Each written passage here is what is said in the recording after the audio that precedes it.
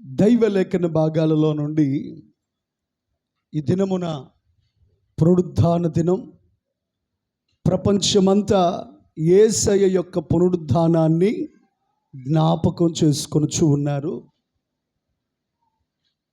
అయితే ఈ దినమున మరొక కోణములో నుండి యేసయ్య పునరుద్ధానాన్ని గురించి మనం ధ్యానం చేద్దాం. అందరు నాతో ఈ మాట పలకండి: మనుష్య కుమారుని పునరుద్ధానము.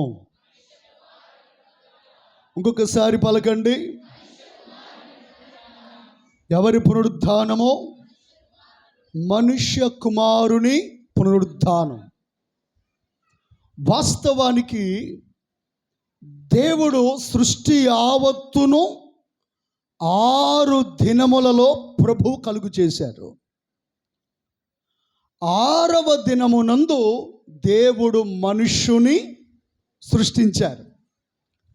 అయితే ఈ 6 దినముల సృష్టిలో ఏ రోజున దేవుడు మరణాన్ని కలుగు చేశారు? మొదటి రోజా, రెండవ రోజా, 5వ రోజా, 6వ రోజు? ఏ రోజు కలుగు చేశారు 6 రోజుల్లో? దేవుని సృష్టి ప్రారంభములో ఈ 6 రోజుల్లో కూడా దేవుడు మరణాన్ని కలుగు చేయలేదు. దేవుడు సృష్టిని కలుగు చేసేటప్పుడు, మనుష్యుని నిర్మించేటప్పుడు తన పోలిక చొప్పున, తన స్వరూపములో దేవుడు కలుగు చేసి యుగ యుగాలు జీవించడానికే దేవుడు మనుష్యుని కలుగు చేశారు. కానీ మరణము అనేది ఎప్పుడు వచ్చింది? ఆజ్ఞాతిక్రమమే పాపం. పాపము వలన వచ్చు జీతము మరణం. అంటే ఇప్పుడు నా ప్రియమైన దేవుని పిల్లరా, మరణము అనేది దేనికి ప్రతిఫలంగా వచ్చింది? పాపమునకు ప్రతిఫలముగా వచ్చింది. దేవుని ఆజ్ఞను అతిక్రమించుట చేత మరణము అందరికీ సంప్రాప్తమైంది. ఆదాము దినాలలో, అతని సంతానము దినాలలో 1000 సంవత్సరాల తదుపరి 1000 సంవత్సరాల లోపు వారికి మరణం వచ్చేది. ఆ తర్వాత నోవహు దినాలలో 120 సంవత్సరాలకి మరణం వచ్చేది కదా. స్తోత్రం కలుగును గాక. ఆదాము నుండి మెతుషెల కానీ, హానోకు కానీ, నోవహు కానీ వీళ్ళంతా కూడా ఇంచుమించు 800-700 సంవత్సరాల పాటు వారు జీవించారు.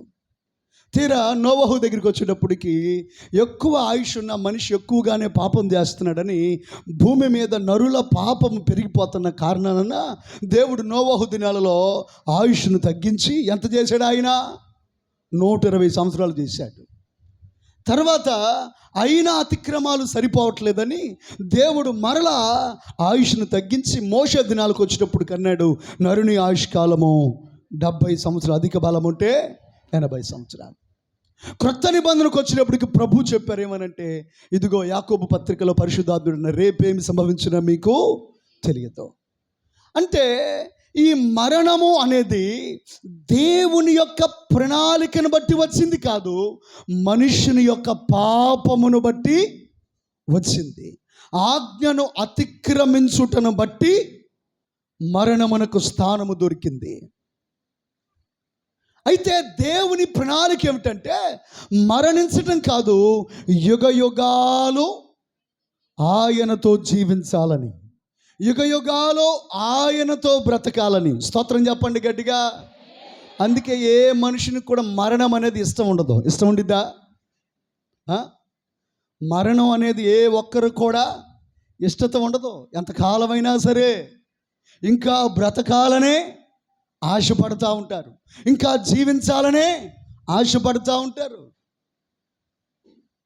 బహుశా దైవజనుడు ఒక ఆయన చెప్పినట్టున్నాడు, ఒక భక్తుడంట భగవంతుని దేవుని కోరుకున్నాడట, దేవుడా నేను చనిపోతాను కదా, నేను చనిపోయేది ముందుగా నాకు తెలియపరచు.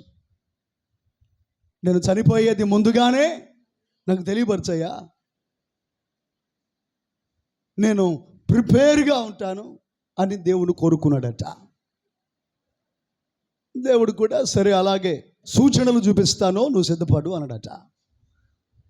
తీరా వయసు పెరుగుతూ వచ్చింది. ఇంచుమించు ఒకనొక రోజున అనుకోకుండా ఆ వ్యక్తి చచ్చిపోయాడు. చనిపోయిన తర్వాత పరలోకం దగ్గరికి వెళ్ళి ఆ పరలోకపు గుమ్మం దగ్గర గొడవ పెట్టుకోవటం మొదలుపెట్టాడంట. ఎవరితో? దేవునితో. ఏమని? నేను చనిపోయే రోజును నాకు ముందుగానే చూపించమన్నా, కానీ నువ్వేం చేశావు? నాకు సూచనలు చూపిస్తానని, నాకు ముందుగా చెప్తానని అనుకోకుండా నన్ను చంపేశావు నాయనా, ఎందుకు ఇట్లా చేసావు అని దేవునితో గొడవ పెట్టుకున్నాడంట. దేవుడు అన్నాడట, బిడ్డా నేను నీకు సూచనలు చూపించాను, కానీ నువ్వే ఏం చేయలా, వాటిని తెలుసుకోలేదు అన్నాడట. నాకు సూచనలు చూపించావా? ఏమిటా సూచనలు అంటే, మొదటి సూచన నీ నల్ల ఎంట్రుకలన్నీ తెల్లగా మారినాయి. ఫస్ట్ సూచన చూపించా. కానీ నువ్వేం చేసావు? గోద్రేజ్ హెయిర్ ఆయిల్ తీసుకొని నీ తెల్ల ఎంట్రుకలను ఏం చేసేసావు? నల్లగా చేసేసావు. రెండో సూచన, నీ కళ్ళకి మసక ఏమొచ్చేసింది? మసక. అది రెండో సూచనగా, కళ్ళకు మసక, కళ్ళు కనబడతలా. కానీ నువ్వేం చేసావు? మంచి హాస్పిటల్కి వెళ్ళి కాస్ట్లీ అద్దాలు పెట్టావు. స్తోత్రం కలుగును గాక. ఎంత దూరం ఉన్నా కనిపించేటట్టుగా నీ డబ్బును బట్టి ఏం చేసావు? కాస్ట్లీ అద్దాలు పెట్టావు. మూడో సూచన, పళ్ళు ఊడిపోతున్నాయి. ఏం ఊడిపోతున్నాయి? పళ్ళు కదిలిపోతున్నాయి. కానీ నువ్వేం చేసావు? మళ్ళీ హాస్పిటల్కి వెళ్ళి బంగారపు పళ్ళు కట్టించావు. నేను నీకు సూచనలు చూపిస్తానే ఉన్నా. ఏంటి సూచనలు? ఏంటి ఎవరికి మాట్లాడుతున్నది ఏంటి? తెల్ల జుట్టు వస్తుందని సూచన చూపించా, కళ్ళు మసకలు వస్తున్నాయి సూచన చూపించా, పళ్ళు ఊడిపోతున్నాయని సూచన చూపించా. కానీ నువ్వేం చేస్తున్నావు? ఏ కాడికే స్తోత్రం కవర్ చేసుకుంటా ఆఖరికి చర్మం కూడా ఏమవుతుంది? ముడతలు పడుతుంటే రాస్తున్నావు. ఏంటి? మేకప్లు. స్తోత్రం కదా, రకరకాలుగా. కాబట్టి నేను సూచనలు చూపించానయ్యా, నువ్వే ఏం చేయలా, తెలుసుకోలేకపోయావని దేవుడు ఆయన అడిగాడంట. స్తోత్రం చెప్పండి గట్టిగా. నిజమే కదా. ఏ మనిషి కూడా మరణించడానికి ఇష్టపడడం, కానీ మరణించడానికి ఇష్టపడకపోయినా మనుషుని జీవితంలో ఏం కలుగుతుంది? మరణము కలుగుతూ ఉంది. కానీ ఈ మనుష్యుని జీవితంలో, దేవుని సృష్టిలో మరణము లేదు. యుగయుగాలు జీవించడానికే దేవుడు మనుషుని కలుగు చేశాడు. దేవుని యొక్క ప్రణాళికలో పాపము వలన కలుగు ప్రతిఫలము మరణం. మరి దేవుడు మన పాపాన్ని పరిహరించాడా లేదా? చెప్పండి. పరిహరించాడా లేదా? పరిహరించాడు. మరి మన పాపం పరిహరించబడినప్పుడు పాపానికి ప్రతిఫలం ఏమిటి? మరణము. ఆ మరణం కూడా ఏమవ్వాలి? తొలగిపోవాలి. గట్టిగా హల్లెలూయా చెప్పండి. ఆ మరణం ఏమవ్వాలి? తొలగిపోవాలి. దేవుడు ఆ పాప మరణముల యొక్క ప్రతిఫలాన్ని తొలగించి దేవుడు ఆ స్థానంలో ఏమిచ్చారంటే పునరుద్ధానాన్ని ప్రభువిచ్చారు. అందరూ కుడి చేపకెత్తి మాట చెప్పండి, పునరుద్ధానం అని చెప్పండి. ఇంకోసారి చెప్పండి మాట, ఇంకోసారి చెప్పండి మాట కదా. ఇప్పుడు విశ్వాసులమైన మనకు తెలుసు ఏమిటంటే మన యేసయ్య పునరుద్ధానుడు అయ్యాడు. యేసయ్య పునరుద్ధానైన తర్వాత సర్వ ప్రపంచానికి పునరుద్ధానము అంటే ఏమిటో తెలిసింది. ఏంటంటే చనిపోయిన వ్యక్తి మరలా తిరిగి లేపబడతాడని. కానీ నాటి దినాలలో ఈ పునరుద్ధానము అనేది వారికి అవగాహన లేకుండిన మాట. ఏ మాట? అవగాహన లేకున్నటువంటి మాట. కనుక పునరుద్ధానము విషయంలో వారి యొక్క అభిప్రాయాలు మనం చూస్తూ ఉన్నప్పుడు మార్కు సువార్త 9వ అధ్యాయము 10వ వచనం మొదటి మాట పునరుద్ధానమును గురించిన వారి అభిప్రాయాలు. చదవండి. మార్కు సువార్త 9వ అధ్యాయము 9వ వచనం నుండి. వారు ఆ కొండ దిగి వచ్చుచుండగా మనుష్య కుమారుడు మృతులలో నుండి లేచినప్పుడే గాని అంతకుముందు మీరు చూచిన వాటిని ఎవనితోనూ చెప్పవద్దని ఆయన వారికి ఆజ్ఞాపించెను. మృతులలో నుండి లేచుట అనగా ఏమిటో అని వారు ఒకనితో ఒకడు తర్కించుచు ఆ మాటను మనస్సున ఉంచుకొనిరి. ఇక్కడ అపోస్తులతో ప్రభువు మాట్లాడుతున్న మాట. వారు కొండ దిగి వస్తూ ఉండగా ఆ సమయంలో ఆ రాత్రి కొండ మీద ఒక దర్శనాన్ని చూశారు. ఏమిటి ఆ దర్శనం అంటే, ఆయన కొండ మీద ప్రార్థిస్తుండగా రూపాంతరం చెందారు. ఆయన వస్త్రాలు మార్చబడ్డాయి. మోషే ఏలియాలు ఆయనతో బహుతేటగా మాట్లాడుతున్నారు. ఇక ప్రభు దిగి వస్తూ వారితో చెప్తున్నారు ఈ మాటలు. మోషే ఏలియాలు మాట్లాడుతున్నారు. వెంటనే పేతురు గారు అంటారు, కొంచెం ధైర్యం చేసి, అయ్యా నీకు ఇష్టమైతే ఇక్కడ నీకు ఒకటియో, మోషేకు ఒకటియో, ఏలియాకు ఒకటియో 3 పర్ణశాలలో మనం కడదాం అని వారు మాట్లాడుకుంటున్నప్పుడు ఒక మేఘము వారిని ఆవరించి, ఆ మేఘములో ఒక శబ్దం వినబడింది, ఈయన నా ప్రియ కుమారుడు, ఈయన మాట మీరు వినండి అని. ఇక వారు ఆలోచన చేస్తున్నారు. ఏమిటి ఆలోచన? ఆ కొండ మీద యేసయ్య ప్రార్థన చేస్తూ ఉండగా ఈ దర్శనం ఏమిటి? ఆ మోషే ఏలియాలు యేసు ప్రభుతో మాట్లాడడం ఏంటి? మేఘము ఆవరించడం ఏంటి? ఇలా వీరు భావిస్తూ వస్తూ ఉండగా యేసు ప్రభు ఒక మాట అన్నాడు, ఇదిగో మనుష్య కుమారుడు మృతులలో నుండి లేచినప్పుడే కానీ అప్పటి వరకు మీరు చూచిన వాటిని మీరు ఎవ్వరితో కూడా చెప్పొద్దు. అందుకనే ఈ అపోస్తులు కూడా యేసు ప్రభు పునరుద్ధరణ అయిన తర్వాతే సువార్తలు రాశారు. స్తోత్రం చెప్పండి గట్టిగా. ఇక వాళ్ళల్లో వాళ్ళకి తర్కం మొదలైందంట. ఏమిటి ఆ తర్కం? ఏమిటి ఆ తర్కం? మృతులలో నుండి లేచుట అనగా ఏమిటో? మృతులలో నుండి లేవటం అంటే, ఇప్పటి వరకు చాలామంది ప్రవక్తులు వచ్చారు, చాలామంది ఉపదేశకులు వచ్చారు, చాలామంది భక్తులు వచ్చారు, కానీ వారు ఎవరు కూడా ఈ మాట చెప్పలేదే. మరి మృతులలో నుండి లేచుట అనగా ఏమిటో అని వారిలో వారే ఏం చేస్తున్నారు? తర్కించుకోవటం ప్రారంభించారు. మృతులలో నుండి లేవటం అంటే ఏమిటో ఏమిటో ఏమిటో ఏమిటో. స్తోత్రం కలుగును గాక. అయితే కొన్ని దినాల తర్వాత స్తోత్రం చెప్పండి, అపోస్తుల అభిప్రాయం ఎలా ఉంది? మొదటగా మృతుల్లో నుండి లేచుట అంటే ఏమిటో అని అనుకున్నారట. తర్వాత యేసు ప్రభువు వారి విషయంలో ఒక కార్యం చేశారు. వారి కనుల ఎదురుకు కార్యం చేశారు.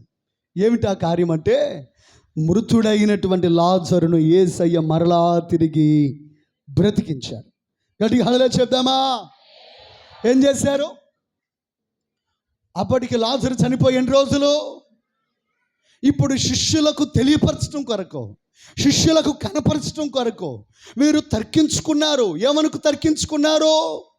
మృతులో నుండి లేచుట అనగా ఏమిటో అని ఒకరితో ఒకరు మీరు మాట్లాడుకుంటున్నప్పుడు వారి కన్నుల ఎదుట దేవుడు చేసిన ఒక అద్భుతం, యేసు చేసిన అద్భుతం ఏంటంటే, లాజరును మృతులలో నుండి ఆయన తిరిగి మరలా సజీవంగా లేపారు. యోహాను సువార్త 12వ అధ్యాయం 9వ వచనం. మరొకసారి యోహాను సువార్త 12వ అధ్యాయము 9వ వచనం. కాబట్టి యూదులలో సామాన్య జనులు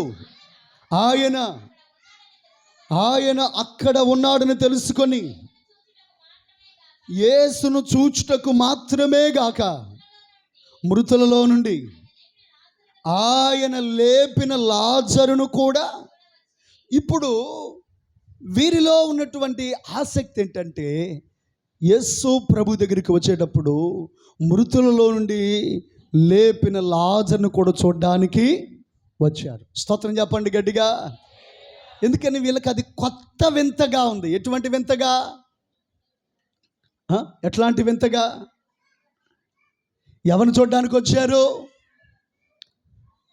కదా? ఒకవేళ నా వైపు చూడండి, లాజరు మన మధ్యలోనే ఉన్నాడు అనుకోండి, మీరు ఎలా ఉంటారు? వెళ్ళి, అయ్యా చనిపోయాక ఏమైంది, అసలు ఆత్మ ఏమైంది, నీకు ఎలా ఉంది, స్తోత్రం కలిగిన గాక కదా, అంతే. వెంటనే నీ రివ్యూ చెప్తావా, ఫీడ్బ్యాక్ చెప్తావా, లేకపోతే నీ ఎక్స్పీరియన్స్ ఎలా ఉందో చెప్తావా? ఎవరిని అడిగేది? స్తోత్రం చెప్పండి గట్టిగా. అంటే మృతులలో నుండి లేచుట ఎట్టిదో అని వారు భావించారు. అలాగే లాజరు మృతుల నుండి లేపబడిన తరువాత వీరు ఎవరిని చూడడానికి వస్తున్నారంట? లాజర్ని కూడా చూడడానికి వస్తున్నారు. స్తోత్రం చేద్దామా గట్టిగా. కానీ లాజరు పునరుద్ధానుడయ్యాడు, కానీ ఆ పునరుద్ధానం సదాకాలం నిలవబడలేదు. కానీ మన యేసయ్య పునరుద్ధానం సదాకాలము నిలవబడి ఉంది. ఆమెన్ చెప్పండి గట్టిగా. Amen hallelujah. అంటే వారికి మృతులైన తర్వాత ఏమవుతారన్నది వారికి అవగాహన లేని పరిస్థితుల్లో. అలాగే కొరింథు పట్టణంలో కొరింథు ప్రజల మధ్యలో కొన్ని ఆచారాలు ఉండేవి, మృతుల కొరకైనటువంటి ఆచారాలు. ఏమిటి ఆచారాలు అనంటే, మొదటి కొరింథీయులకు రాసిన పత్రిక 15వ అధ్యాయం 29వ వచనం.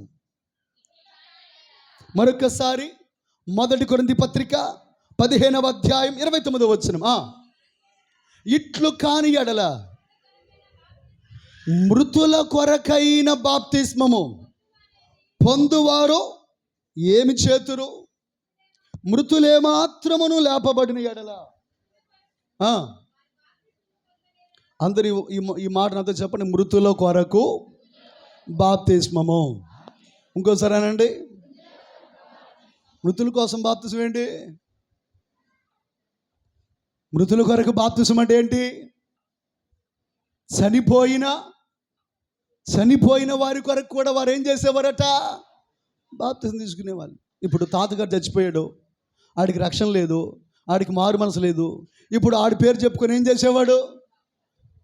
నా చూడండి, మా తాతగారి బాప్తిసం అని ఒకసారి తీసుకుంటున్నాడు. స్తోత్రం. ఏ బాప్తిసం? తాతగారి బాప్తిసం. తర్వాత వచ్చేటప్పటికి మా నాన్న కూడా బాప్తిసం లేదు అని ఏం చేస్తున్నాడు? మరలా నాన్న బాప్తిసం వీడు ఒకసారి తీసుకుంటున్నాడు. తర్వాత ఏం చేస్తున్నాడు? మరలా ఇదిగో బాబాయ్కో లేకపోతే అమ్మమ్మకో బాప్తిసం లేదు అని చెప్పి ఏం చేస్తున్నాడు? మరలా బాప్తిసం తీసుకుంటున్నాడు. ఇట్లా కొంతమంది మృతుల కొరకు కూడా ఏం పొందుతున్నారంట? స్తోత్రం చేద్దాం గట్టిగా. మీకేం కొత్త కాదు కదా. కొత్త ఆడు చచ్చిపోయి 3 రోజులు అయిన తర్వాత ఆడికి ఇష్టమైనవన్నీ వండి తీసుకెళ్ళి పెడతారు కదా. దేనికండి? ఎందుకని? బతికినంతకాలం ఒక ముద్ద ట్యానికి బెటర్ వేడివేడిగా. స్తోత్రం కలుగును గాక. చనిపోయిన తర్వాత మాత్రం ఇష్టమైనవన్నీ వండి పెట్టుకొని అప్పుడు తీసుకొని వెళ్ళి అక్కడ పెట్టి, స్తోత్రం కలుగును గాక, అంత దూరంగా ఉండి వస్తాడు, కాకిలాగా వస్తాడు, లేకపోతే కుక్కలాగా వస్తాడు కదా. ఇప్పుడు వాళ్ళు కూడా, కొరింథీయులు కూడా ఏం చేసేవాళ్ళు? మృతుల కొరకు బాప్తిసం పొందేవాళ్ళు అంట. తాతగారి పేరు చెప్పుకొని, తండ్రి పేరు చెప్పుకొని, ఈ విధంగా ఈ మృతుల విషయంలో ఏమాత్రం కూడా అవగాహన లేనటువంటి పరిస్థితులు ఆనాడున్నాయి. స్తోత్రం చెప్పండి గట్టిగా. హల్లెలూయా. మృతులు లేచుట ఏమిటో అనుకున్నారు. అలాగే ఇంకా లాజరు మృతుల నుండి లేచాడంటే లాజరును చూడాలని ఆశతో వచ్చారు. అంతేకాదు మృతుల కొరకు ఏం పొందుతున్నారు? బాప్తిసాలు తీసుకుంటున్నారు. ఇలా రకరకాలైనవి చేస్తూ ఉండగా దేవుని వాక్యము ఈ రకరకాలైన అనుమానాలను, రకరకాలైనటువంటి క్రియలను, రకరకాలైనటువంటి ఆలోచనలను సమస్తాన్ని పటాపంచలు చేసింది. ఏమిటా పటాపంచలు అంటే పునరుద్ధానము. చెప్పండి గట్టిగా హల్లెలూయా, హల్లెలూయా.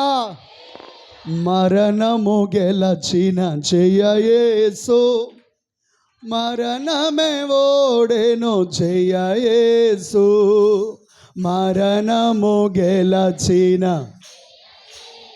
పడదాం.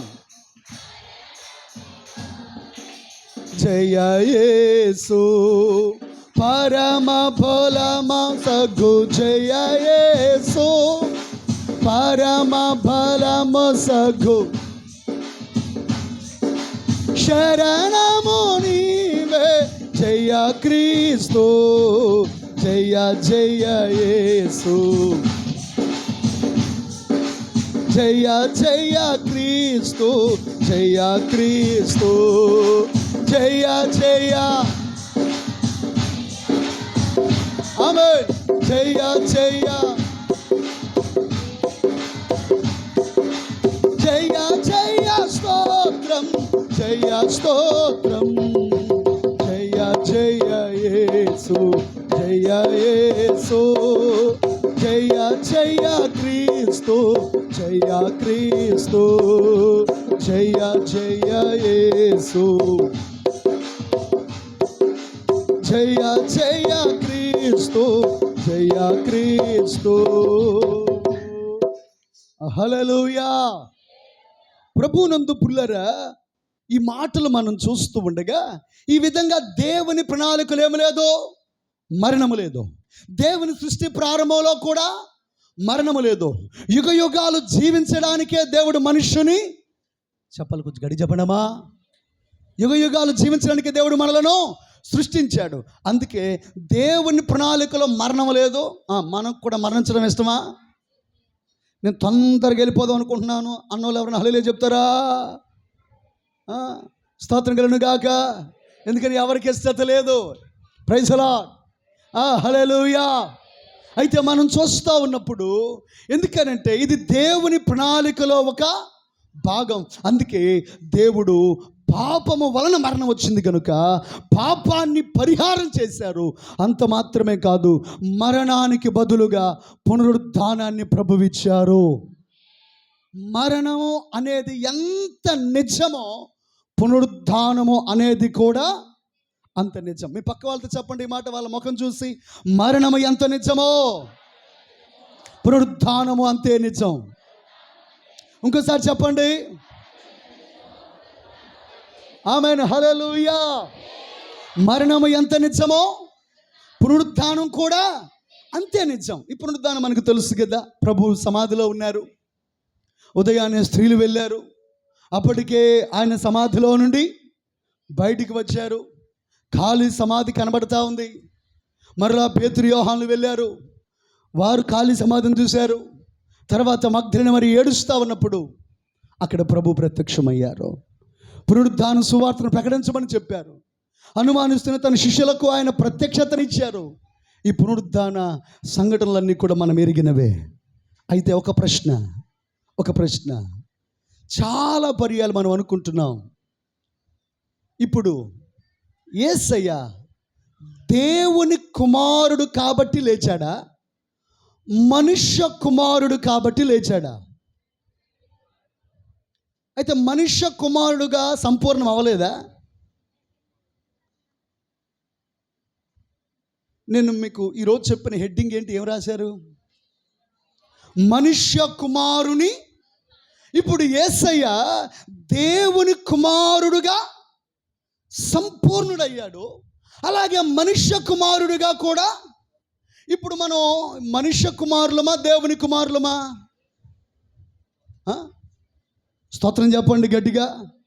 అంటే ఇప్పుడు ఆయన దేవుని కుమారుడు కాబట్టి లేచిన, మనిషి కుమారుడు అయితే లేవడా? అయితే ఈ దినమునందు ఒక కోణము లేదా ఒక విధమైనటువంటి అనుభవంలో పరిశుద్ధాత్ముడు నడిపించునుగాక. ఆయన మనుష్య కుమారుడు, కానీ మనుష్య కుమారుడు అయినప్పటికీ కూడా ఆయన పునరుద్ధానుడుగా మార్చబడ్డాడు. దేవుని కుమారుడుగా పునరుద్ధానుడు అయ్యాడు. అయితే మనుష్య కుమారుడుగా ఆయన పునరుద్ధానుడు అవ్వడానికి ఆయన చేసిన కొన్ని కార్యాలు లేదా ఆయనలో ఉన్న కొన్ని అనుభవాలు ఈ దినం మనం 1-2 మాటలు మనం ధ్యానం చేసి మనం ముగించుకుందాం. చూద్దాం చూడండి. హెబ్రీయులకు రాసిన పత్రిక, పరిశుద్ధాత్ముడు మనకు గ్రహింపునిచ్చునుగాక. హెబ్రీ పత్రిక 5వ అధ్యాయము 7వ వచనము నుండి, శరీరధారి అయ్యున్న దినములలో మహా రోదనతోను కన్నీళ్లతోను తన్ను మరణము నుండి రక్షించగలవానికి ప్రార్థనలో యాచనలో సమర్పించి భయభక్తులు కలిగి ఉన్నందున ఆయన అంగీకరించబడెను. అందరు ఈ మాట నాతో చెప్పండి మరొకసారి. శరీరధారి అయి ఉన్న దినములలో మహారోధనముతోనూ కన్నీళ్లతోనూ తన్ను మరణము నుండి రక్షించగలవానికి ప్రార్థనలు యాచనలు సమర్పించి భయభక్తులు కలిగి ఉన్నందున ఆయన అంగీకరించబడెను. ఆమేన్. ఎప్పుడు?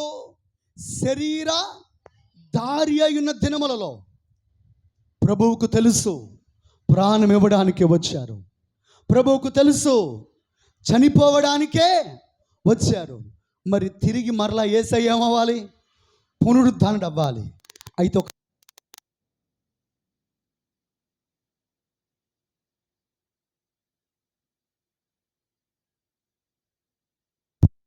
హల్లెలూయా.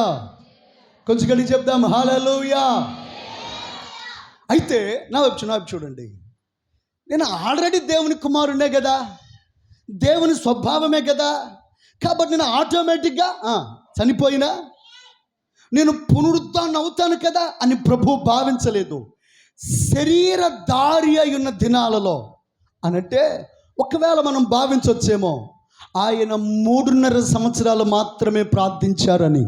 కానీ నేను అనుకుంటాను, నేను భావిస్తాను 3.5 సంవత్సరాలే కాదు, 33.5 సంవత్సరాలు కూడా ఆయన ప్రార్థన చేస్తూనే ఉన్నారు. స్తోత్రం చెప్పండి గట్టిగా.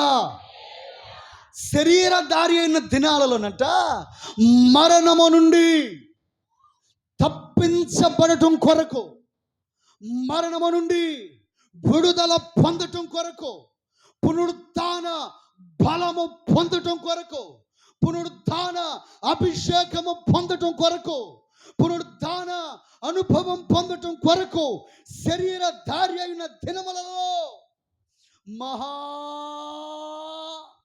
రోదనతోను కన్నీళ్లతోను ప్రార్థనలు యాచనలు కన్నీళ్ళు సమర్పించి భయభక్తులు కలిగి ఉన్నందున ఆయన అంగీకరించబడెను.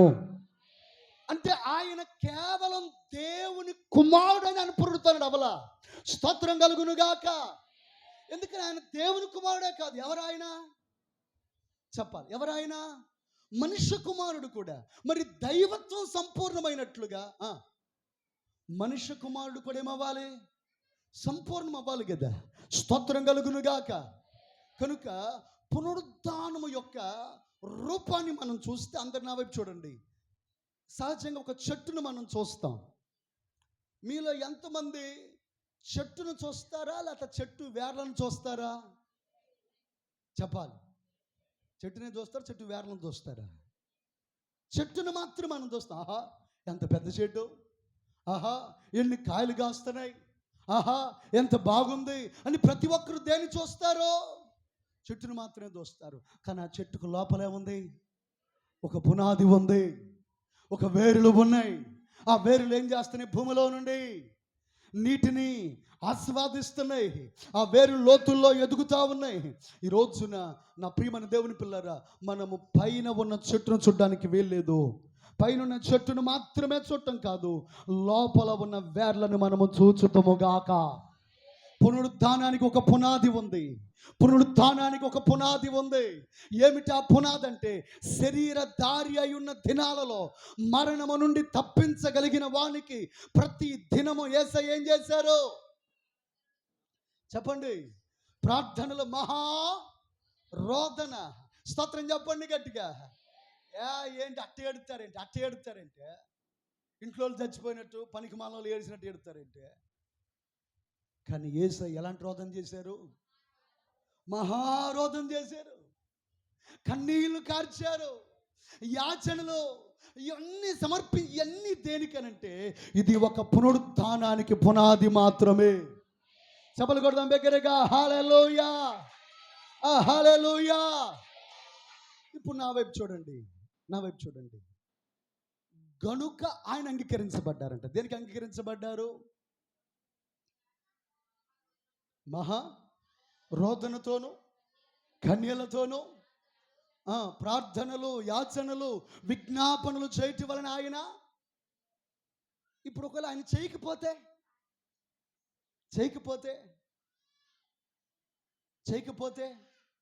స్తోత్రం చెప్పండి గట్టిగా.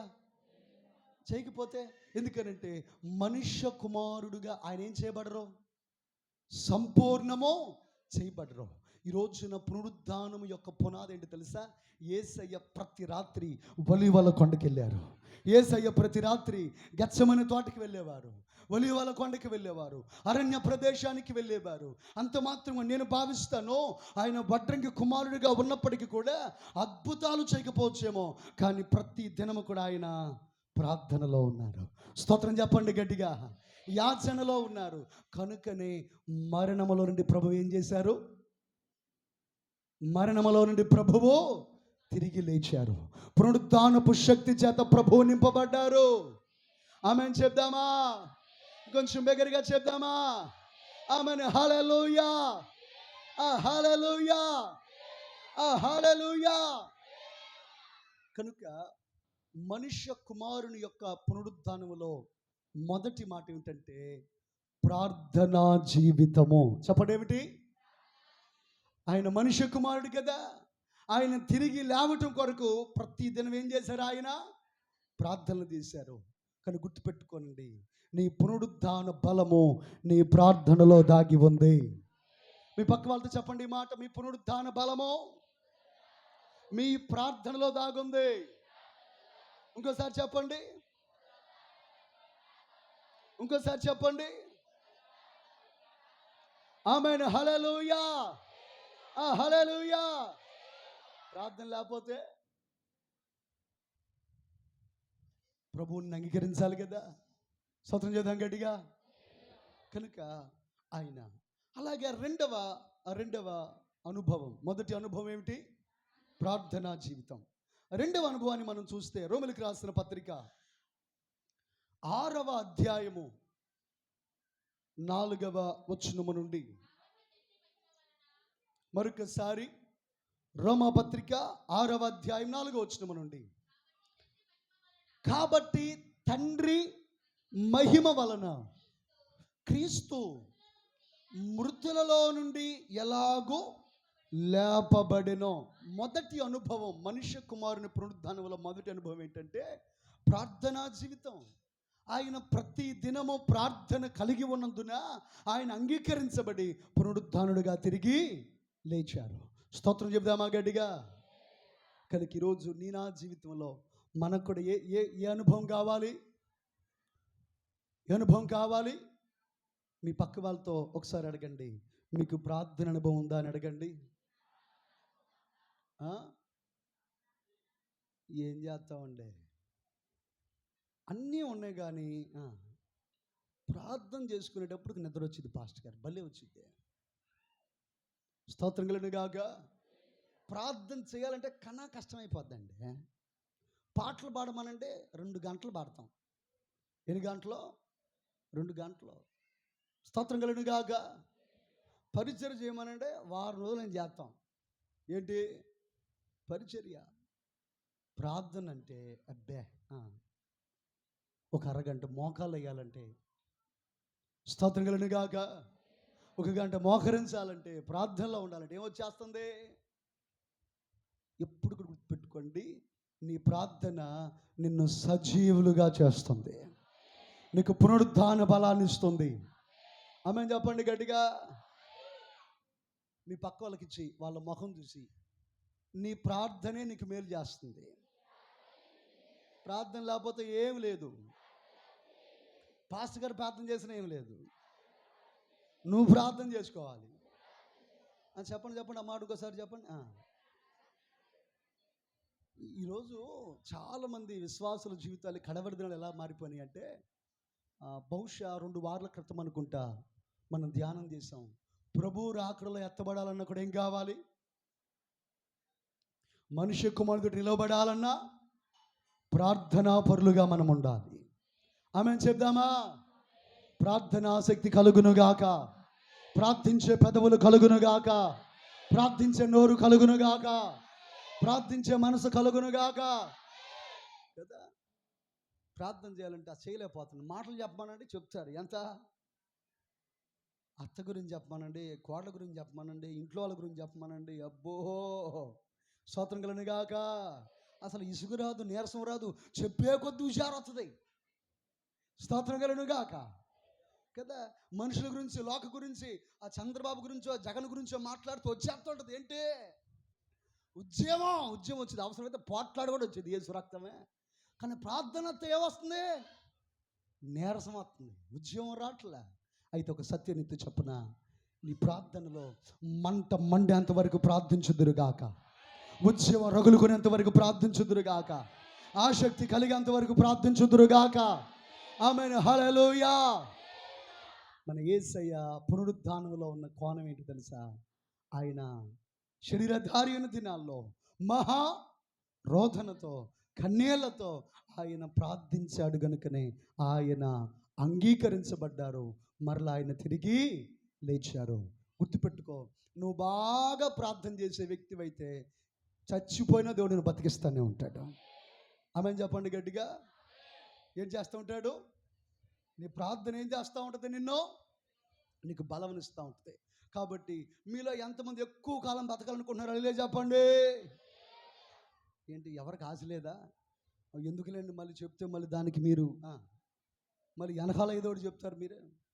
మీతో ఒక మాట చెప్పనా? ఎక్కువ కాలం బ్రతకాలంటే ఎక్కువ ప్రార్థన చేయండి. ఆమేన్.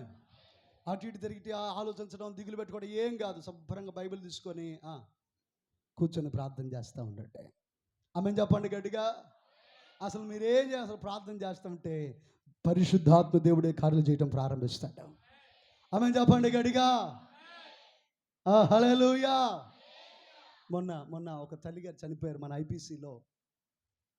దెబోరమ్మ గారని, మన ఏరియా పాస్ గారు అబ్రహం గారు ఉన్నారు కదా, అబ్రహమయ్య గారు వాళ్ళ అమ్మగారు అన్నమాట. దరిదాపు 91 సంవత్సరాలు బ్రతికింది ఆమె. ఎన్ని? ఆమె ఎక్కువగా ఆమె 91 సంవత్సరాల్లో ఇంచుమించు 80 సంవత్సరాలు ప్రార్థనే. ఆమేన్ చెప్పండి గట్టిగా. కొడుకులు సేవకులైపోయారు. హల్లెలూయా చెప్పండి. అల్లుళ్ళు సేవకులయ్యారు, మనవళ్ళు సేవకులయ్యారు, ముది మనవళ్ళు సేవకులయ్యారు, విశ్వాసులు సేవకులయ్యారు. దరిదాపు కనీసం ఆమె చేసిన ప్రార్థనల ద్వారా 50 మంది సేవకులు అయిపోయారంటే. అంతమంది విశ్వాసులు. ఆమెను గురించి ఆమె నిలబడి వాళ్ళందరూ ఒకరి తర్వాత ఒకరు సాక్ష్యం చెప్తే, ఇదిగో ఈమె మా ఆత్మీయ తల్లి, ఆమెకు చదువు లేదు, విద్య లేదు, జ్ఞానం లేదు, ఆమె చేసేది ఏంటి? ప్రార్థన చేసేదంట. అంతేకాదు, ఇంట్లో మంచం వేసుకునేది కాదు, మందిలోనే మంచం వేసుకుని పక్కన కూర్చొని ప్రార్థన చేస్తా. స్తోత్రం చెప్పండి గట్టిగా, చదవం గట్టిగా. హల్లెలూయా. నిజంగా నీ మాట చెప్తున్నాను, ప్రార్థనే శక్తినిస్తుంది.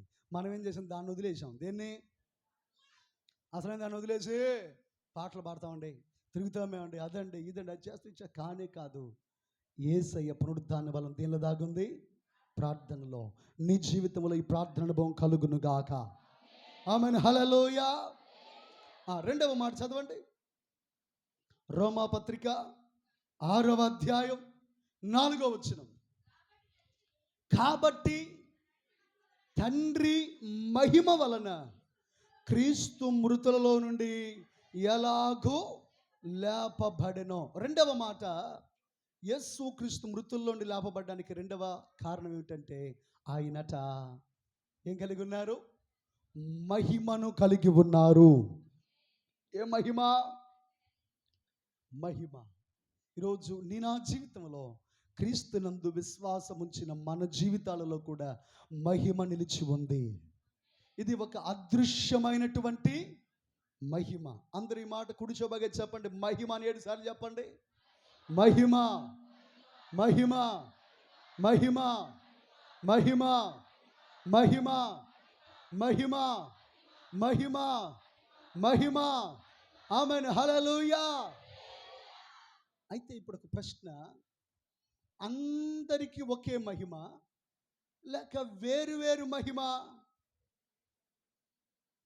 అందరికీ ఒకే మహిమ లేక వేరు వేరు మహిమ? కొరింథీయులకు రాసిన పత్రిక మొదటి పత్రిక 15వ అధ్యాయము 39వ వచనం. మనుష్య మాంసము వేరు, మృగ మాంసము వేరు, పక్షి మాంసము వేరు, చేప మాంసము వేరు, మరియు ఆకాశ వస్తు రూపములు కలవు, భూవస్తు రూపములు కలవు. ఆకాశ వస్తు రూపములు, ఆకాశ వస్తు రూపముల యొక్క మహిమ వేరు, భూవస్తు రూపముల యొక్క మహిమ వేరు.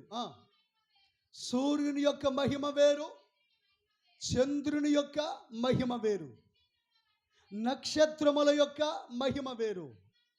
మహిమను బట్టి యొక్క నక్షత్రమునకును మరి యొక్క నక్షత్రమునకును భేదము కలదు కదా, మృతుల పునరుద్ధానము కూడా అలాగే. హల్లెలూయా. మీకు మంచిగా చెప్పాలంటే చికెన్ టేస్ట్ వేరు కదా, తినంగా అని చెప్పేస్తాం. ఏమని? ఇది చికెన్ అని, లేకపోతే ఇది దేన్ని బట్టి? మాంసాన్ని బట్టి. చేప మాంసం వేరు, కోడి మాంసం వేరు, వేట మాంసం వేరు, ఇంకా పెద్ద మాంసం వేరు, ఇంకా మనం చూస్తున్నప్పుడు పక్షి మాంసం వేరు కదా. అలాగే మహిమ కూడా వేరేనట. సూర్యుని మహిమ వేరు, చంద్రుని మహిమ వేరు, నక్షత్రముల యొక్క మహిమ వేరు. అంతేకాదు, గుర్తుపెట్టుకోనండి, ఒక పుస్తకంలో చదివాను నేను, ఒక మనుషుని చెమట వాసనలు కూడా వేరేనంట. ఒక మనుషుని దగ్గర నుండి వచ్చే వాసన వేరుగా ఉంటుంది, మరొక వ్యక్తి దగ్గర నుండి వచ్చేటువంటి వాసన వేరుగా ఉంటుంది. అవి కూడా వేరేగా కనబడతా ఉంటాయి. అలాగే ఇంకా మనం చూస్తున్నప్పుడు మహిమలు వేరుగా కనబడతా ఉంటాయి. అలాగే గుర్తుపెట్టుకోనండి, అందరిలో ఉన్న రక్తం కూడా ఎలా ఉంటుంది? వేరుగా ఉంది. అందరిలో ఉన్నటువంటి రక్తం కూడా కదా, కొంతది ఏ పాజిటివ్, కొంతమందిది బి పాజిటివ్, కొంతమందిది ఇంకా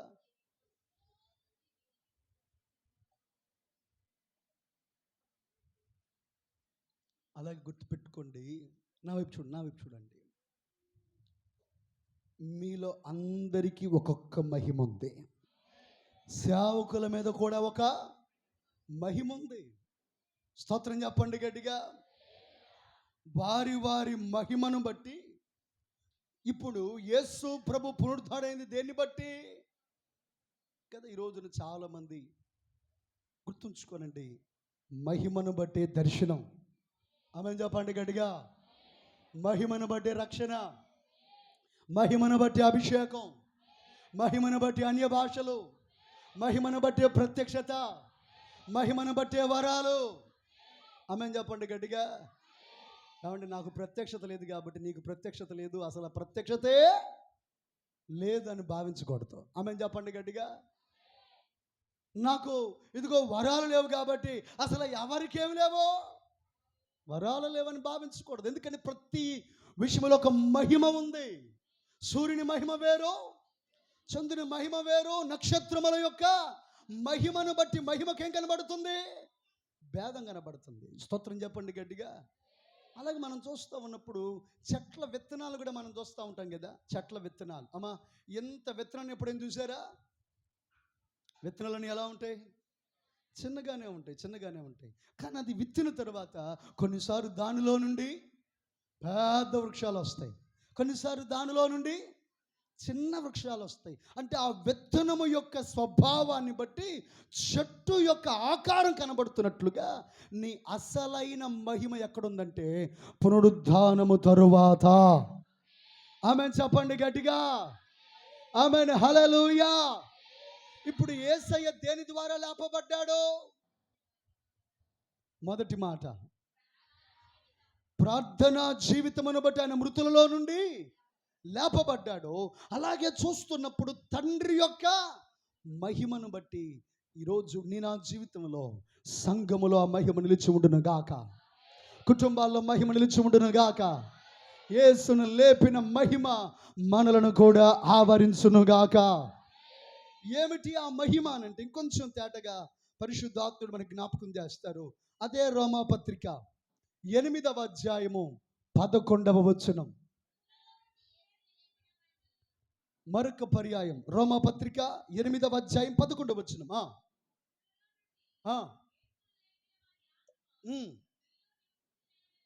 మృతులలో నుండి యేసును లేపిన వాని ఆత్మ. అంటే మూడవది, ప్రభు దేని ద్వారా లేపబడ్డారు? ఆత్మ ద్వారా లేపబడ్డారు. ఆమేన్. మొదటి మాట, ప్రార్థనా జీవితాన్ని బట్టి లేపబడ్డారు. రెండవ మాట, మహిమను బట్టి లేపబడ్డారు. మూడవ మాట, ఆత్మను బట్టి లేపారు. అయితే మృతులలో నుండి యేసయ్యను లేపిన వాని ఆత్మ. ఈ మూడు మాటలు దేనిని రుజువు చేస్తున్నాయి అంటే ఆయనలో ఉన్న మనుష్య కుమారుణ్ణి రుజువు చేస్తున్నాయి. దేనికి రుజువు? దేవుని కుమారుడు అయితే ఇవేమి ఆయనకి అవసరం లేదు కదా. ప్రార్థన అవసరం లేదు, పరిశుద్ధాత్మ అవసరం లేదు. కానీ ఇప్పుడు ఆయన ఏం కలిగి ఉన్నారు? 100% దేవుని కుమారుడు, 100% ఆయన మనుష్య కుమారుడు. కాబట్టి ఇప్పుడు ఆయన పునరుద్ధానం అవ్వడానికి ప్రార్థన కలిగి ఉన్నాడు. 2, మహిమ కలిగి ఉన్నాడు. 3, ఆత్మను కలిగి ఉన్నాడు. అయితే ఇప్పుడు పౌలు గారు ఒక శ్రేష్టమైన సందేశం చెప్తున్నారు, వాగ్దానం చెప్తున్నారు. చదవండి ఆ మాట. మృతులలో నుండి యేసును లేపిన వాని ఆత్మ మీలో నివసించిన ఎడల, మృతులలో నుండి క్రీస్తును లేపినవాడు చావునకు లోనైన మీ శరీరములను కూడా మీలో నివసించుచున్న తన ఆత్మ ద్వారా జీవింపచేయును. ఆమేన్, హల్లెలూయా, హల్లెలూయా. ఇద్దరు ఇక్కడ పడుకోండి, చెప్తా. పడుకోండి, ఎల్లికలు పడుకోండి. యేసు రక్తమే జయం. ఇప్పుడు మృతులలో నుండి యేసు ప్రభువును ఎవరు లేపారు? అప్పటికి యేసయ్య శరీరానికి ఎన్ని గాయాలయ్యాయి? ఆ శరీరంలో రక్తం ఉందంటారా? రక్తం ఉందా? ఆ శరీరంలో రక్తం అంతా అయిపోయి ఇంకా ఏమొచ్చేసింది? నీరు కూడా వచ్చేసింది కదా. కానీ దేవుని ఆత్మకు ఒక ప్రభావం ఉంది. పరిశుద్ధాత్మ దేవుడు శూన్యములో కూడా చేయగలడు ఆయన. స్తోత్రం చెప్పండి గట్టిగా. ఈ సృష్టి యావత్తు మొదట ఎందులో ఉంది? శూన్యములో ఉంది. పరిశుద్ధాత్మ దేవుని ప్రభావం ఏంటంటే అక్కడ లేని దానిని కూడా ఆయన కలుగు చేయువాడు. ఆమేన్, హల్లెలూయా, హల్లెలూయా. ఇప్పుడు పరిశుద్ధాత్మ దేవుడు అంట మృతులలో నుండి ఏం చేస్తున్నాడు? యేసయ్యని లేపాడంట. స్తోత్రం కలుగును గాక. ఇప్పుడు యేసయ్యని లేపాడు. ఈ లేపిన ఈ ఆత్మ ఇప్పుడు ఎవరి దగ్గరికి వస్తుంది తెలుసా? నీ దగ్గరికి వస్తుంది. నీ దగ్గరకు వచ్చిన ఆత్మ యేసును లేపిన ఆత్మ. యేసుకు జీవమునిచ్చిన ఆత్మ. ఆమేన్, హల్లెలూయా. ఇప్పుడు అదే ఆత్మ ఈ శరీరం ఏ శరీరం ఇది? చావునకు, ఇంకోసారి చెప్పండి, ఏ శరీరం ఇది? అయితే యేసయ్యను లేపిన ఈ ఆత్మ ఏం చేస్తుంది? మనల్ని కూడా లేపుతుంది. యేసయ్య లేచాడు గనుక మనం కూడా లెగుస్తాం. యేసయ్య పునరుద్ధానుడు గనుక మనము పునరుద్ధానులుగా మార్చబడతాం. గుర్తుపెట్టుకోండి, మీకు birthday next, marriage day next, death day, ఆ తర్వాత మీకు ఇంకొక డే కూడా ఉంది. ఏంటి ఆ డే? రిజరక్షన్ డే ఉంది మనకి. మీ పక్క వాళ్ళతో చెప్పండి, నాకు కూడా రిజరక్షన్ డే ఉంది. ఇంకోసారి చెప్పాలి, ఇంకోసారి చెప్పాలి, నాకు కూడా రిజరక్షన్ డే ఉంది. స్తోత్రం కలుగును గాక. ఎందుకనంటే యేసయ్యను ఏ ఆత్మ అయితే లేపాడు అదే ఆత్మ ఏం చేస్తున్నాడు? స్తోత్రం చెప్పండి గట్టిగా. చనిపోయిన వాళ్ళని బ్రతికించిన ఆత్మ, లేని దాన్ని కలుగు చేసే ఆత్మ ఖచ్చితంగా మన జీవితాల్లో జీవాన్ని కలుగు చేయగలడు. Praise the lord. కూర్చున్నాను. స్తోత్రం చేద్దాం గట్టిగా. ఈ 3 అనుభవాలు యేసు క్రీస్తులో ఉన్నటువంటి మనుష్య కుమారుణ్ణి మనకు జ్ఞాపకం చేస్తున్నాయి. ఎవరిని? ఆయన దేవుడు కాబట్టి లేచాడు అనుకోవడం కాదు, ఆయన మనిషి అయినప్పటికీ కూడా దేన్ని బట్టి? ప్రార్థనా జీవితాన్ని బట్టి. 2, తండ్రి యొక్క మహిమను బట్టి. 3, దేవుని యొక్క ఆత్మను బట్టి ఆయన పునరుద్ధానుడిగా తిరిగి లేచినట్లుగా ఈరోజు నా జీవితంలో ఈ పునరుద్ధానాన్ని దేవుడు మనకు కూడా దాచి ఉంచాడు. ఆమేన్, హల్లెలూయా. అయితే ఈ పునరుద్ధానమునకు మొదటి ఫలము యేసయ్య. ఎవరు? చదవండి ఈ మాటలు మరలా కొరింథీయులకు రాసిన పత్రిక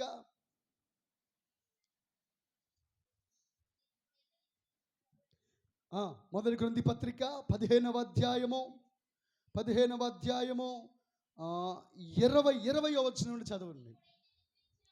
ఇప్పుడైతే నిద్రించిన వారిలో ప్రథమ ఫలముగా క్రీస్తు మృతులలో నుండి లేపబడి ఉన్నాడు. మనుష్యుని ద్వారా మరణము వచ్చెను గనుక మనుష్యుని ద్వారానే మృతుల పునరుద్ధానమును కలిగెను.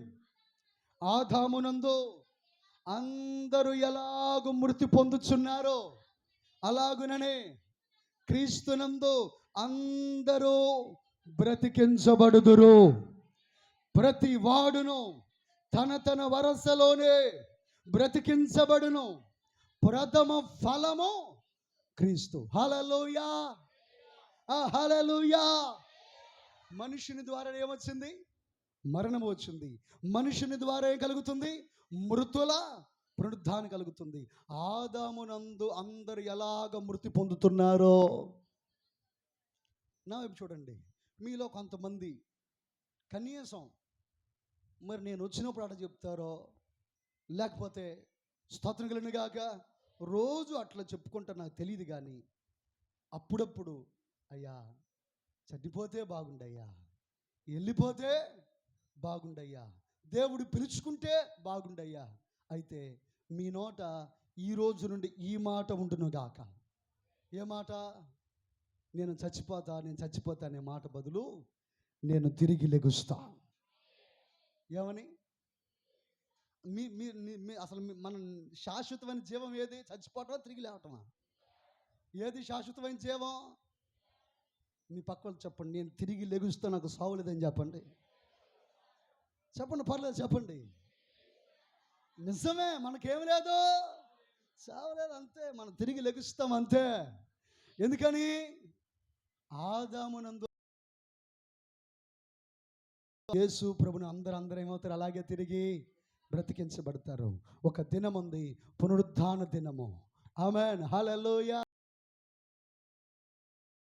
కడబుర స్వరము ధ్వనించగా ప్రియుని స్వరము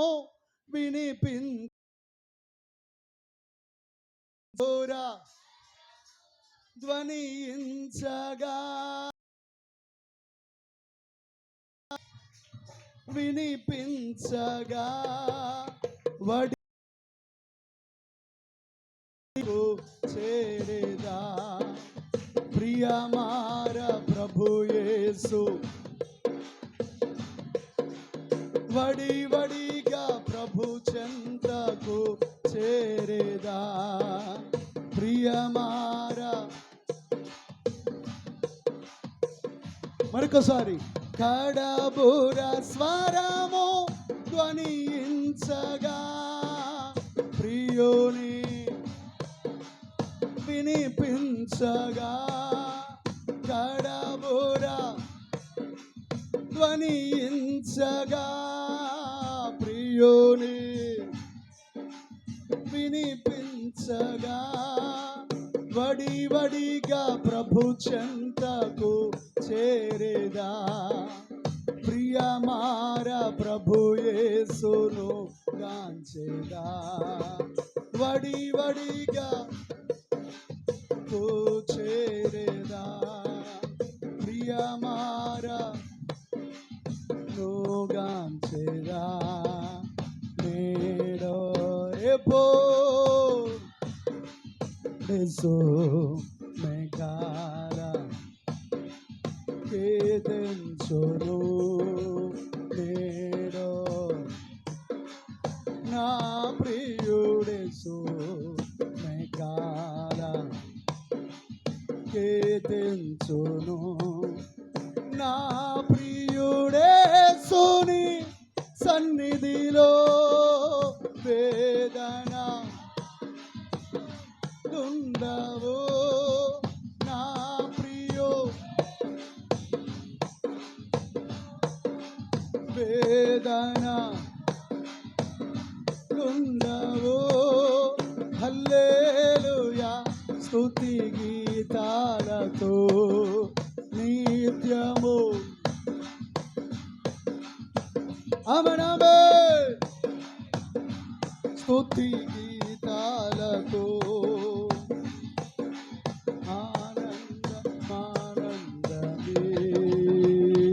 హల్లెలూయా హల్లెలూయా. మనకందరికీ ఏముంది? పునరుద్ధానం ఉంది, రిజరక్షన్ డే ఉంది మనకే.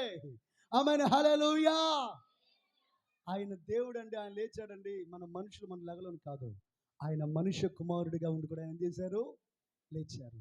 ప్రథమ ఫలంగా ఆయన లేచారు. మనం కూడా తిరిగి లెగుస్తాం. ఆమేన్ చెప్పండి గట్టిగా. ఆమేన్ హల్లెలూయా. మనం కూడా ఏమవుతాం? తిరిగి లేపబడతాం. ప్రభు మన మృతులను సజీవులుగా చేయు దేవుడు. ఆయన మరలా మనలను తిరిగి బ్రతికించేవాడై ఉన్నాడు. చదవండి, ముగింపుకు ఒక మాట చదువుదాం చివరిగా. 50వ వచనం నుండి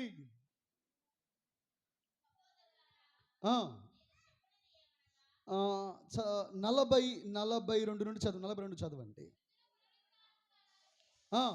శరీరము క్షయమైనదిగా విత్తబడి అక్షయమైనదిగా లేపబడును, ఘనహీనమైనదిగా విత్తబడి ఘనమైనదిగా మహిమగలదిగా లేపబడును, బలహీనమైనదిగా విత్తబడి బలమైనదిగా లేపబడును. ప్రకృతి సంబంధమైన శరీరముగా విత్తబడి ఆత్మ సంబంధమైన శరీరముగా లేపబడును. ప్రకృతి సంబంధమైన శరీరం ఉన్నది గనుక ఆత్మ సంబంధమైన శరీరము ఉన్నది. స్తోత్రం కలుగును గాక. కదా, ఇప్పుడు విత్తనాన్ని భూమిలో విత్తినప్పుడు విత్తనం దాని అసలు రూపమా, చెట్టు అసలు రూపమా? అసలు రూపం ఏంటి? విత్తనమా చెట్టా? అసలు రూపం ఏంటి? గుర్తుపెట్టుకోండి, ఇది అసలు రూపం కాదు. ఈ శరీరాన్ని తీసుకుని వెళ్ళి విత్తుతాం చూసారా? విత్తిన తరువాత ప్రభు మనల్ని పిలుస్తాడు చూసారా? ప్రభు పిలుపుకు మనం తిరిగి లెగుస్తాం కదా, అప్పుడు కనబడుతుంది మన మహిమ. ఏమిటి ఆ మహిమ? ఎంత ప్రార్థన చేశామో, ఎంత భక్తిని కనపరిచామో, ఎంత పరిశుద్ధంగా జీవించామో, ఎంతగా ప్రభు కొరకు ప్రయాసపడ్డామో, ఎంతవరకు నమ్మకంగా బ్రతికామో. స్తోత్రం కలుగునుగాక.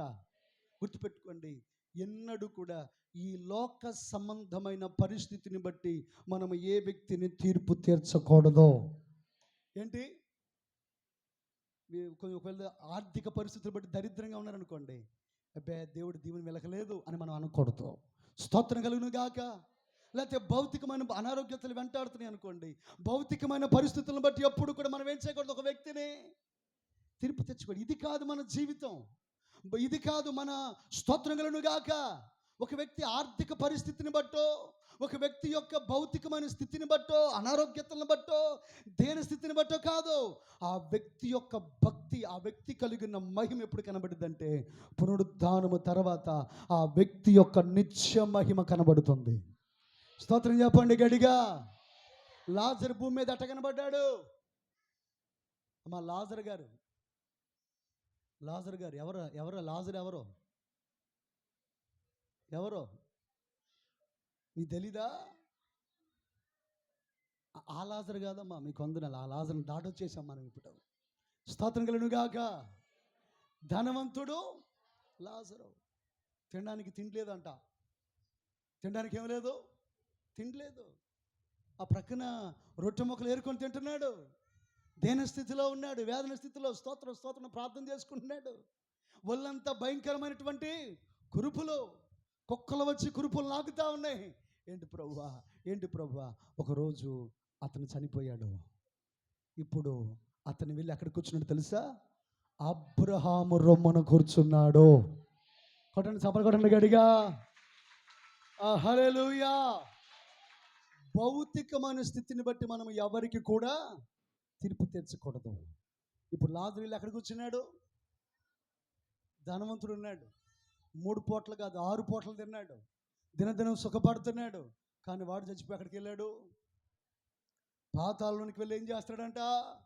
యాతన పడుతూ మోకాళ్ళు వేసి ప్రార్థన చేస్తున్నాడు. ఎక్కడ? ఏమని ప్రార్థన చేస్తున్నాడు? అయ్యా నాకొక 5 సహోదరులు ఉన్నారయ్యా, వాళ్ళు కూడా ఇలాగే వస్తున్నారయ్యా. విలియం బూత్ అనే ఒక దైవజనుడు ఒక మాట అన్నాడు. ఏం పేరు ఆయన పేరు? విలియం బూత్ అనే దైవజనుడు రక్షణ పొందిన విశ్వాసుల్ని వారం రోజులు నరకంలో పెట్టాలంట. ఏంటి? రక్షణ పొందిన విశ్వాసుల్ని వారం రోజులు. ఆయన అన్నాడు, విలియం బూత్ గారు, దేవుడు నాకు అవకాశం ఇస్తే సేవకుల్నే కానీ విశ్వాసుల్నే కానీ నరకంలో ఒక వారం రోజుల నుంచి బయటికి పంపిస్తా. ఎందుకనంటే నరకంలో ఉంటే ఆటోమేటిక్గా ఆత్మల భారం వచ్చింది. ఎక్కడుంటే ఇప్పుడు వీడికి ధనవంతుడికి ఎక్కడొచ్చింది భారం? 5 అన్న సహోదరులకు ఎక్కడ ప్రార్థన చేస్తున్నాడు? స్తోత్రం కలుగును గాక. నరకంలోకి వెళ్ళాక అప్పుడు అర్థమైంది, అయ్యో భౌతిక కాదు జీవితం. స్తోత్రం కలుగును గాక. ఇల్లుంటే జీవితం అనుకున్నాను, డబ్బు ఉంటేనే జీవితం అనుకున్నాను, ఆస్తి ఉంటేనే జీవితం అనుకున్నాను, మెడలో చెవులకి తల మెరుస్తుంటే అదే జీవితం అనుకున్నాను, సూట్లు అదే జీవితం అనుకున్నాను. అది కాదు, ఏది అసలైన జీవితం ఉందని ఎక్కడ తెలుసుకున్నాడు ధనవంతుడు? స్తోత్రం చెప్పండి గట్టిగా. హల్లెలూయా, హల్లెలూయా. కనుక ఒకవేళ భౌతికమైన వాటి కొరకే మనం ప్రభు దగ్గర నిరీక్షిస్తే మనంతట దౌర్భాగ్యులు ఎవ్వరు ఉండరు. స్తోత్రం చెప్పండి గట్టిగా. వేడి కొరకు నిరీక్షిస్తే ఇంటి కోసం ప్రార్థన చేసుకోవటం, బట్టల కోసం ప్రార్థన చేసుకోవటం, అప్పుల కోసం ప్రార్థన చేసుకోవటం, రోగాల కోసం ప్రార్థన చేసుకోవటం, ఇట్లా చేసుకొని పరలోకం కోసం నువ్వు ప్రార్థన చేసుకోకుండా చచ్చిపో అంటున్నారా? స్తోత్రం కలుగును గాక. ప్రభు రాజ్యం కోసం ప్రార్థన చేయకుండానే చచ్చిపో, రక్షణ కోసం ప్రార్థన చేయకుండా చచ్చిపో. అప్పుడు అనిపించింది, అయ్యా స్తోత్రం కలుగును గాక, చెయ్యాల్సిన దాని కొరకు చేయలేకపోయానయ్యా. స్తోత్రం కలుగును గాక. నిరంతరం ఉండే దాని కొరకు నేను చేయలేకపోయాను. ఇప్పుడు యేసయ్య శరీరధారిన దినాల్లో ఏం చేసాడు? ఆయన కన్నీళ్లతోనూ మహారోదనతో ప్రార్థిస్తే రోజు నా జీవితంలో కావలసిన ప్రార్థనా శక్తి ఏమై ఉంది. Praise the lord. ఈరోజు మనోనేత్రాలు వెలిగించబడును గాక, మహిమను పొందుదము గాక. మోకరించిన అందరూ కూడా మహిమను పొందుదము గాక, మహిమ వైపునకు దృష్టించుదము గాక, మహిమను తలపోయిదము గాక, మహిమను అపేక్ష కలిగి ఉందము గాక. ప్రార్థిద్దాం. అందరూ కూడా ప్రభువుని అడుగుదాం. దేవా నీ పాదాల వద్దకు వస్తున్నావు నాయన.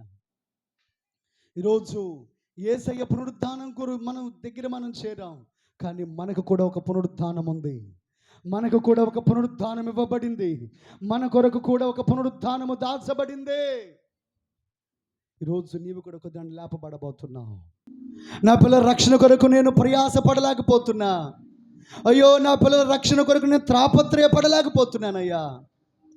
దయచేసి నన్ను క్షమించు ప్రభువా. అయ్యా, మహిమతో నింపబడాలి, అధిక మహిమ కావాలి. మరణము పునరుద్ధానముగా మారింది. యేసయ్య పునరుద్ధానములో మొదటి వాటిగా లేపబడ్డాడు. ఈరోజు నా జీవితంలో నీకు కూడా ఒక పునరుద్ధానం ఉంది. నీవు కూడా ఒక పునరుద్ధానములో పాలు పంపులు పొందవలసిన వ్యక్తివి. నీకు కూడా ఒక పునరుద్ధానములో పాలు పంపులు మరణించడం ప్రభువు కూడా ఇష్టం లేదు. అందుకే దేవుడు మరణాన్ని కలుగు చేయలేదు. యుగ యుగాలు జీవించడానికే దేవుడు కలుగు చేశాడు. అయితే ప్రభువు పునరుద్ధానాన్ని మన కొరకు దాచి ఉంచాడు. పునరుద్ధానపు శక్తిని మన కొరకు దాచి ఉంచబడిన పునరుద్ధానపు ప్రభావము కొరకు మనము ఆశతో అపేక్షిద్దాం. మనం ఆశతో అపేక్ష కలిగి ఉందాం. సమయంలో ప్రార్థన పూర్వకంగా ప్రభువుని అడుగుదాం, ప్రార్థిద్దాం.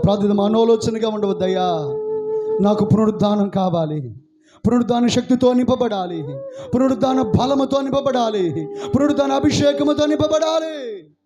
అడుగుదాం. నిండు మనసుతో ప్రార్థన చేద్దాం. దేవా స్తోత్రమయ్యా, స్తోత్రమయ్యా.